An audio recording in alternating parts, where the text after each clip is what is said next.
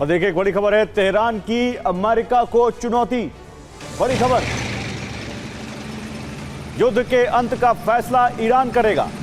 युद्ध कब खत्म होगा यह ईरान पर निर्भर है। खाड़ी में अमेरिका चौतरफा फंस गया है और अमेरिका कोई फैसला नहीं ले सकता, यह तेहरान ने अमेरिका को कहा है। तो सुपर पावर अमेरिका का अजय होने का गुरूर अब चकनाचूर होता दिख रहा है। ईरान के खिलाफ शुरू हुआ तीसरे चरण का युद्ध महज 13 दिनों में ही थम गया है और इसके पीछे जो वजह सामने आ रही हैं, उन्होंने व्हाइट हाउस की नींद उड़ा दी है। ट्रंप प्रशासन के सामने सबसे बड़ा संकट है कि अमेरिकी सेना के पास हाईटेक हथियारों और गोला बारूद का भारी अकाल पड़ गया है, जबकि अरब देशों में ईरान और उसके प्रॉक्सी गुटों का कोहराम लगातार जारी है। क्या अमेरिका सचमुच युद्ध के मैदान से पीछे हट रहा है या फिर शांति वार्ता का ढोंग एक बड़े और खौफनाक धोखे का हिस्सा है? इसके पीछे कई वजह निकल कर आ रही हैं। पहली वजह है अमेरिका के हाईटेक हथियारों का विध्वंस। दूसरी वजह है अमेरिका के पास गोला बारूद की भारी कमी। तीसरी वजह है ईरान का अरब देशों पर हमलों का विस्तार। चौथी वजह है ईरान ने प्रॉक्सी गुटों को हमले के लिए सक्रिय किया। पांचवी वजह है ईरान पर अमेरिका के हमलों से ज्यादा नुकसान नहीं। इसलिए 13 दिन में ही हमले रोकने के 2 संकेत मिल रहे हैं। पहला संकेत है कि अमेरिका फाइनल प्रहार की तैयारी कर रहा है। दूसरा संकेत है अमेरिका के पास हथियारों की कमी हो गई। डोनाल्ड ट्रंप ने कहा है, हम ईरान को लगातार संदेश भिजवा रहे हैं, ईरान को वार्ता का मौका देना चाहते हैं, लेकिन ईरान तैयार नहीं होता है तो अमेरिका विस्फोटक परिस्थिति के लिए भी तैयार है। इसके जवाब में ईरान ने भी कहा है कि वो बातचीत के लिए तैयार है। हमें अमेरिका के संदेश मिल रहे हैं, लेकिन हम संप्रभुता से समझौता करके वार्ता नहीं करेंगे। और अमेरिका ने 13 दिन तक ईरान पर लगातार हमले किए, फिर रोक दिए। इस दौरान अमेरिका को करीब 1.92 लाख यानी करीब 2 लाख करोड़ रुपए का नुकसान हुआ है। इन हमलों में उसके 18 सैनिक मारे गए और 600 सैनिक घायल हो गए, जबकि अरब देशों को भी अच्छा खासा नुकसान हुआ है, जिसमें सऊदी अरब को करीब 3.25 लाख करोड़ का नुकसान हुआ है। संयुक्त अरब अमीरात में हमलों में करीब 2.5 लाख करोड़ का आर्थिक नुकसान हुआ है। कतर में भी ईरान के हमले हुए, जिसमें 1,66,000 करोड़ स्वाहा हो गए, जबकि कुवैत में हमलों में करीब 1.25 लाख करोड़ तबाह हो गए।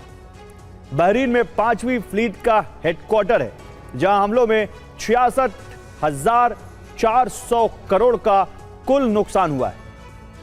यह नुकसान सभी अरब देशों में बढ़ रहा था और शायद इसी वजह से अमेरिका को हमले रोकने पड़े।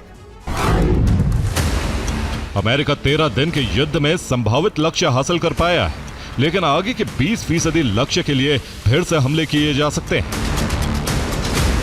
क्योंकि कई रिपोर्ट से जो आंकड़े मिल रहे हैं उसमें बताया गया है कि अमेरिका को 13 दिन में अच्छा खासा नुकसान हुआ है।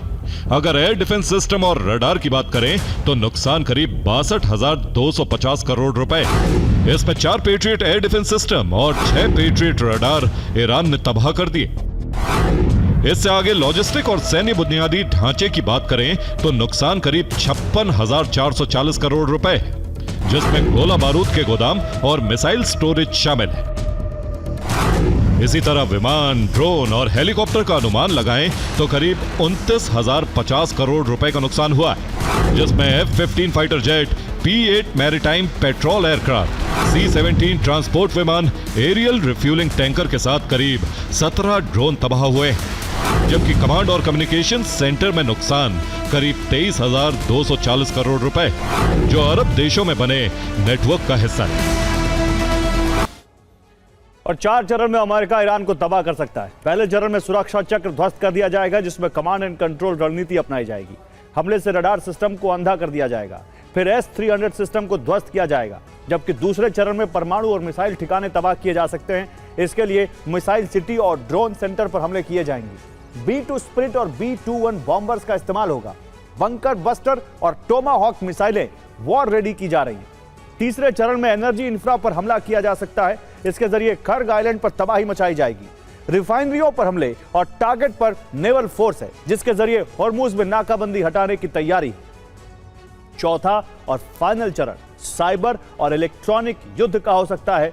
इसके जरिए पावर ग्रिड पर अटैक किया जाएगा, संचार व्यवस्था तबाह की जाएगी, इंटरनेट सप्लाई तोड़ी जाएगी और सैटेलाइट सुविधा रोकी जाएगी।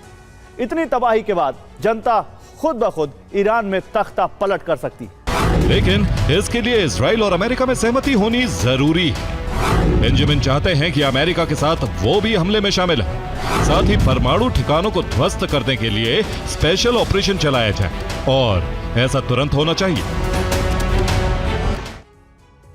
और ईरानी प्रॉक्सी के निशाने पर सऊदी, बड़ी खबर। यमन के बाद इराक से हुआ हमला। इराक के विद्रोहियों ने भी ड्रोन दागे हैं और हूती भी कर रहा है सऊदी पर हमला।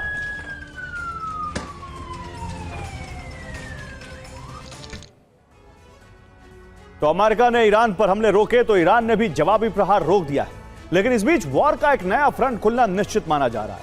ईरान के जहाज पर यूक्रेन के हमले के बाद ईरान लगातार धमकी दे रहा है। ईरानी विदेश मंत्री ने कहा है कि ईरान जवाब दिए बिना यूक्रेन को बख्शने वाला नहीं है। ऐसे में माना जा रहा है कि अमेरिका बनाम ईरान के बाद अब ईरान बनाम यूरोप की जंग भड़क सकती है।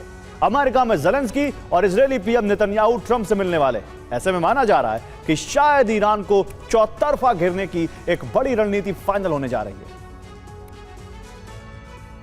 क्या ईरान अमेरिका से जंग के बीच यूक्रेन की एंट्री सिर्फ संयोग है या फिर यह ट्रंप का एक चक्रव्यूह? यूक्रेन के लिए अमेरिका से हथियार सप्लाई बंद है। ज़ेलेंस्की ट्रंप से हथियारों की बड़ी डिमांड रखेंगे। ज़ेलेंस्की ईरान पर हमले करके यूएस की मदद करेंगे। यूक्रेन के हमले के बाद ईरान बौखलाया हुआ है।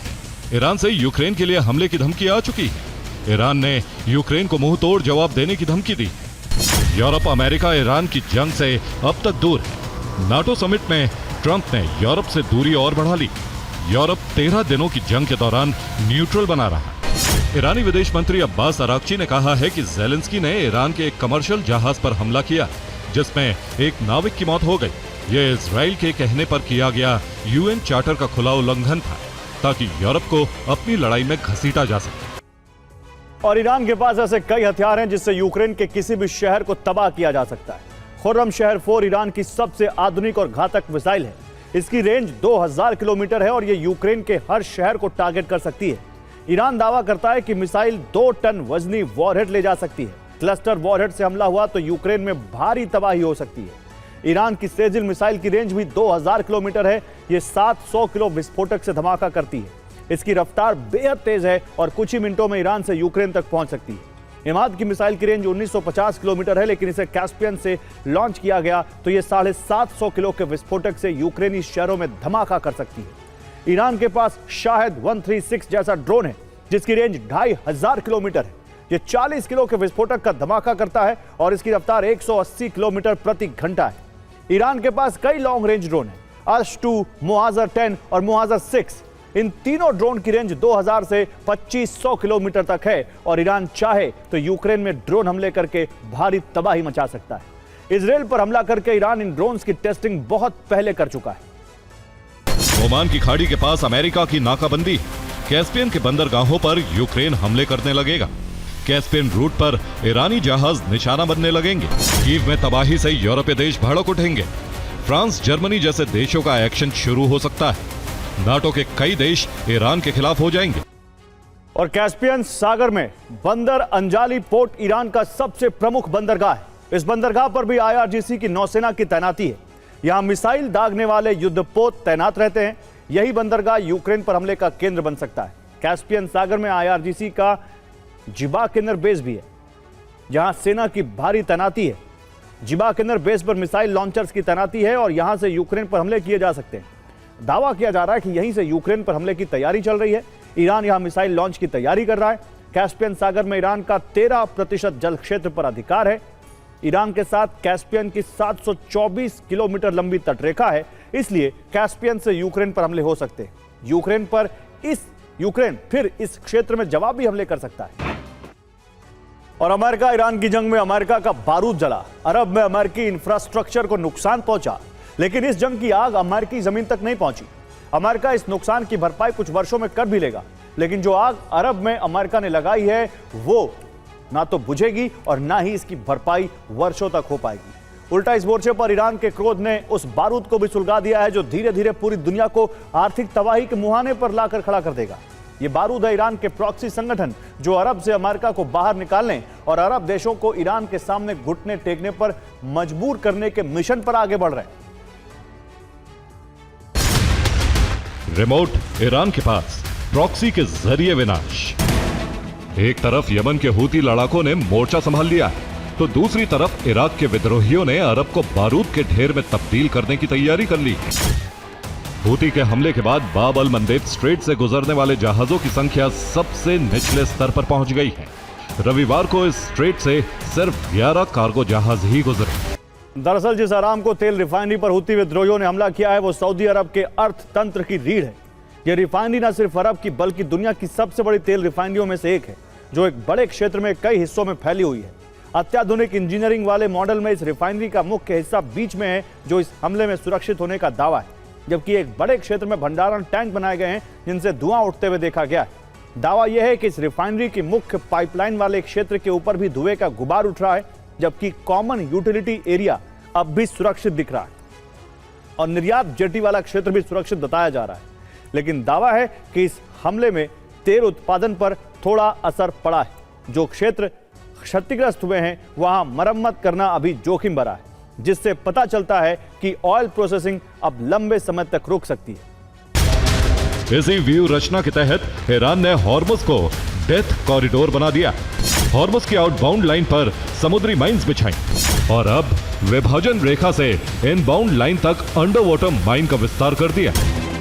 ईरान के डर का अनुमान केपलर डेटा से लगाया जा सकता है, जिसके अनुसार सप्ताहांत में हॉर्मुज से 10 से भी कम जहाज गुजरे हैं। तो दुनिया के लिए संकट बने ईरान के चक्रव्यूह का पहला मुहाना हॉर्मुज में खुलता है, जहां आउटबाउंड लेन और विभाजन क्षेत्र के पास IRGC सक्रिय है। खबर है कि ईरान ने यहां जो पहले सी माइंस बिछाई थी उसकी संख्या और ज्यादा बढ़ा दी गई है। यही नहीं, ईरान ने अमेरिका के ब्लॉकेड एरिया वाली इनबाउंड लेन तक अंडर वाटर माइंस फैला दी हैं, जिससे ये लेन अब ब्लॉक हो चुकी है। यानी पहले ही विभाजन क्षेत्र ईरान ब्लॉक कर चुका है और आउटबाउंड लेन पर ईरान का नियंत्रण जो एक व्यू बन गया है। ईरान के चक्रव्यूह का दूसरा मुहाना खुलासा बाब अल मंदेब स्ट्रेट पर, जो अब पूरी तरह से ईरानी प्रॉक्सी हूती के नियंत्रण में, और हूती ने अब इस स्ट्रेट को पूरी तरह से ब्लॉक कर दिया है। सिर्फ जहाजों की आवाजाही नहीं, हूती ने सऊदी की ऑयल पाइपलाइन को भी लाल सागर के इस छोर पर ब्लॉक कर दिया है। इसके साथ हूती लड़ाकों ने अब पूरे लाल सागर पर कब्जा भी कर लिया है और इस क्षेत्र में हूती का खौफ अब ऐसा है कि सुएज नहर में ही कई जहाज अटक गए, क्योंकि ईरान की सैन्य क्षमता अब भी बरकरार है। ट्रंप की हॉर्मुज खुलवाने की रणनीति भी फेल हो गई। पहला है अमेरिका पश्चिम एशिया के युद्ध से हट जाए, दूसरा है बड़े हवाई हमले का अभियान चलाए और तीसरा है सेना जमीन पर उतरकर सीधे युद्ध लड़े। सुप्रीम लीडर मुस्तफा खामनेई के मुताबिक अमेरिका और इजराइल ने पीढ़ियां बर्बाद की हैं। उनके अत्याचार और दमन से सभी तंग आ चुके हैं, इसलिए जिहाद के अलावा कोई रास्ता नहीं बचा। और जंग से यूक्रेन ने बड़े अनुभव हासिल किए, तकनीक विकसित की और हमले करने की अपनी क्षमता भी बढ़ाई। इसका असर अब रोजाना रूस की जमीन पर दिखाई दे रहा है। यूक्रेन ने रूस पर हमलों की रफ्तार बढ़ा दी है और वॉशिंगटन में इस युद्ध पर मंथन करने के लिए ज़ेलेंस्की पहुंच रहे हैं। ट्रंप ज़ेलेंस्की की इस मुलाकात में यह तय किया जाएगा कि रूस पर दबाव कैसे बढ़ाया जाए, किस तरह उसे बातचीत तक लाया जाए, क्योंकि यूक्रेनी हमलों से रूस का सागर रूट बंद हो चुका है, अहम ठिकाने नष्ट हो रहे हैं और अब ज़ेलेंस्की ने नए टारगेट की लिस्ट भी तैयार कर ली है। कीव का पहला लक्ष्य मॉस्को का क्रीमिया से कनेक्शन काटना है। अजोव सागर का जलमार्ग यूक्रेन बाधित कर चुका है। क्रीमिया के रेल और रोड लिंक पर हमले किए जा रहे हैं। इसके साथ ही यूक्रेनी राष्ट्रपति ने अपने लक्ष्यों की सूची सेना को सौंप दी।